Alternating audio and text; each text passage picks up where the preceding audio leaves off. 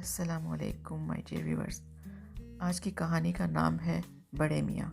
تو چلیے کہانی شروع کرتے ہیں۔ دیکھو بڑے میاں، کل میرے دفتر سے افسر اعلیٰ آ رہے ہیں۔ وہ شام کا کھانا یہیں کھائیں گے، اس لیے ساری کوٹھی شیشے کی مانند صاف نظر آنی چاہیے۔ سنا تم نے؟ وہ بہت صفائی پسند ہیں۔ دفتر میں کسی ماتحت کے کمرے میں کوئی باریک سا تنکا وغیرہ بھی نظر آ جائے تو اسے جھاڑ پلا دیتے ہیں۔ اس لیے ہمارا گھر انہیں بالکل صاف نظر آنا چاہیے۔ اتنا صاف کرو کہ وہ کہہ اٹھیں کہ واہ بھئی واہ، صفائی ہو تو ایسی۔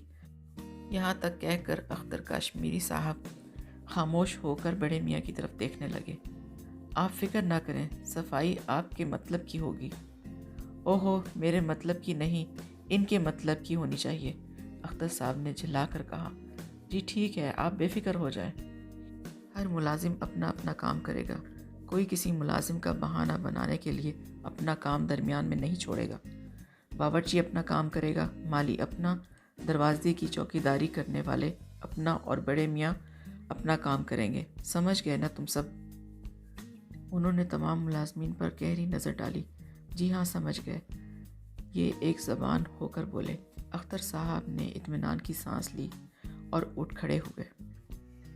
دوسرے روز وہ مہمان کا استقبال کرنے کے لیے کوٹھی کے گیٹ پر موجود تھے۔ کوٹھی آئینے کی طرح صاف اور شفاف نظر آ رہی تھی۔ آخر مہمان کی کار آتی نظر آئی۔ کار دروازے پر رکی۔ ڈرائیور نے نیچے اتر کر کار کا پچھلا دروازہ کھولا اور اختر صاحب کے افسر بیوی بچوں سمیت اترے۔ وہ ان کی طرف لپکے، زوردار انداز میں سلام کیا اور نہایت مؤدبانہ انداز میں اندر کی طرف چلے۔ دونوں طرف کھڑے ملازمین نے انہیں باادب انداز میں سلام کیا۔ آخر اختر صاحب انہیں کھانے کے کمرے میں لے آئے۔ کھانا بہت نفاست سے چنا گیا تھا۔ اب سب کھانا کھانے لگے۔ کمرے میں باورچی کے علاوہ بڑے میاں بھی موجود تھے تاکہ کسی جگہ صفائی کی ضرورت پیش آئے تو وہ اپنا فرض انجام دے سکیں۔ کھانے کے بعد انہیں پوری کوٹھی میں گھمایا گیا، لائبریری دکھائی گئی، سوئمنگ پول دکھایا گیا۔ آخر مہمانوں کے جانے کا وقت ہو گیا۔ اس وقت انہوں نے کہا، آپ کے یہاں صفائی کون کرتا ہے؟ جی، ہم انہیں بڑے میاں کہتے ہیں۔ میں ان سے ملنا چاہتا ہوں۔ بڑے میاں ادھر آئیے، اختر صاحب بلند آواز میں بولے۔ بڑے میاں اور دوسرے ملازم کچھ دور کھڑے تھے۔ آواز سنتے ہی ان کی طرف لپکے۔ وہ بولے، تو یہاں صفائی کا کام آپ کرتے ہیں؟ جی ہاں، آپ نے بہت اچھی صفائی کی۔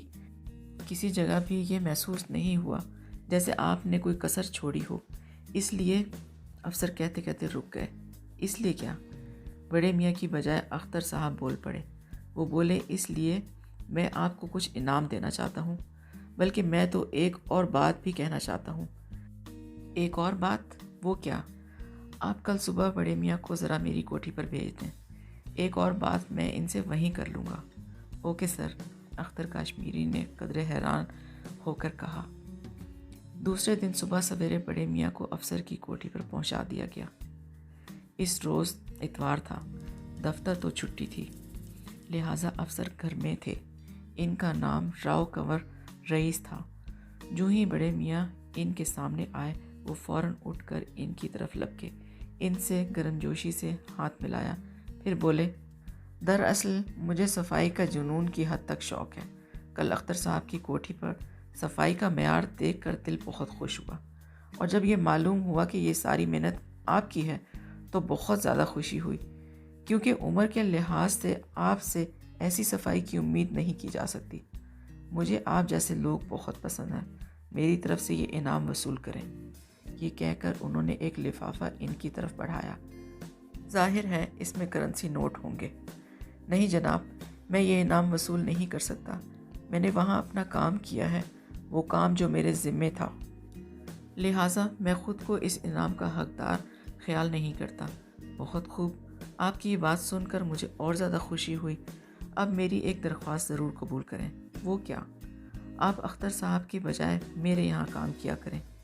کیا صاحب؟ بڑے میاں چلا اٹھے۔ مارے حیرت اور پریشانی کے ان کا برا حال ہو گیا، منہ سے پھر کوئی اور لفظ نہ نکل سکا۔ آپ تو کچھ زیادہ ہی سہم گئے ہیں۔ شاید آپ سوچ رہے ہیں اختر صاحب اس بات کو پسند نہیں کریں گے، لیکن آپ کو معلوم نہیں میں ان کا افسر ہوں۔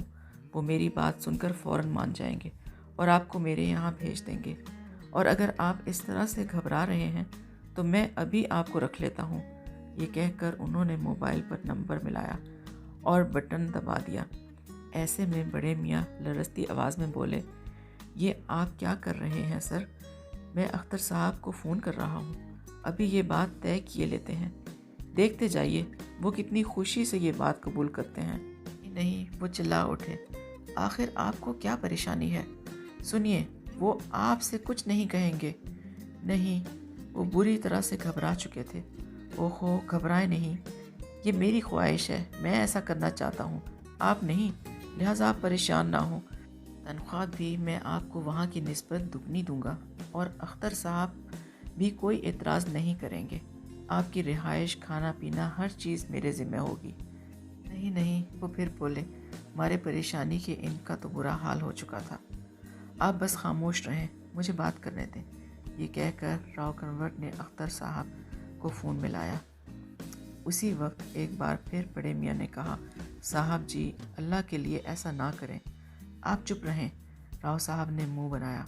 اسی وقت سلسلہ مل گیا۔ وہ فوراً بولے، اختر صاحب، آپ کے ملازم بڑے میاں مجھے بہت پسند آ گئے ہیں، اب یہ میرے گھر میں ہی کام کریں گے، آپ ان کی جگہ کوئی اور ملازم رکھ لیں۔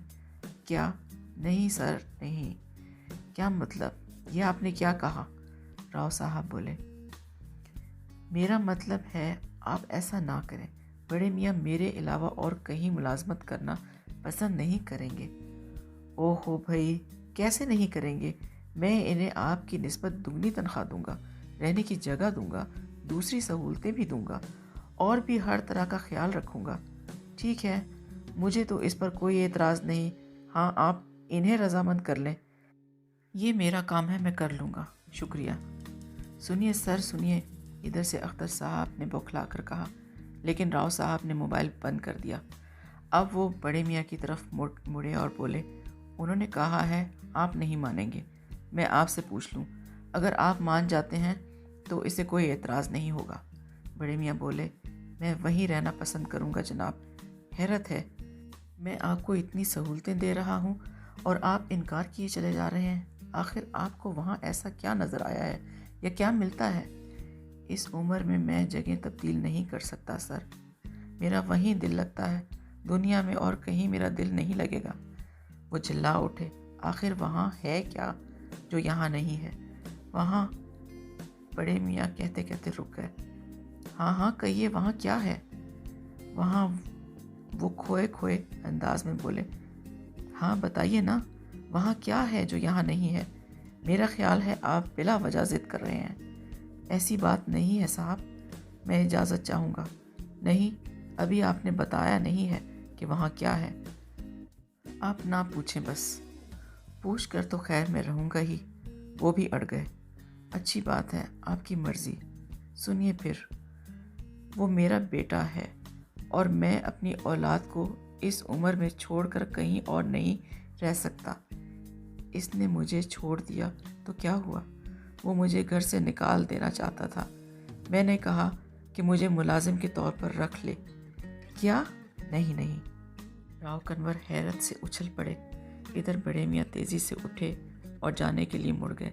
مڑتے وقت انہوں نے دیکھا ان کی آنکھوں میں آنسو آ چکے تھے۔ ان آنسوؤں کو روکنے کی وہ بہت کوشش کرتے رہے، اس مرحلے پر وہ خود پر قابو نہ رکھ سکے۔ وہ جا چکے تھے، جبکہ راؤ صاحب ساکت اور جامد بیٹھے رہ گئے۔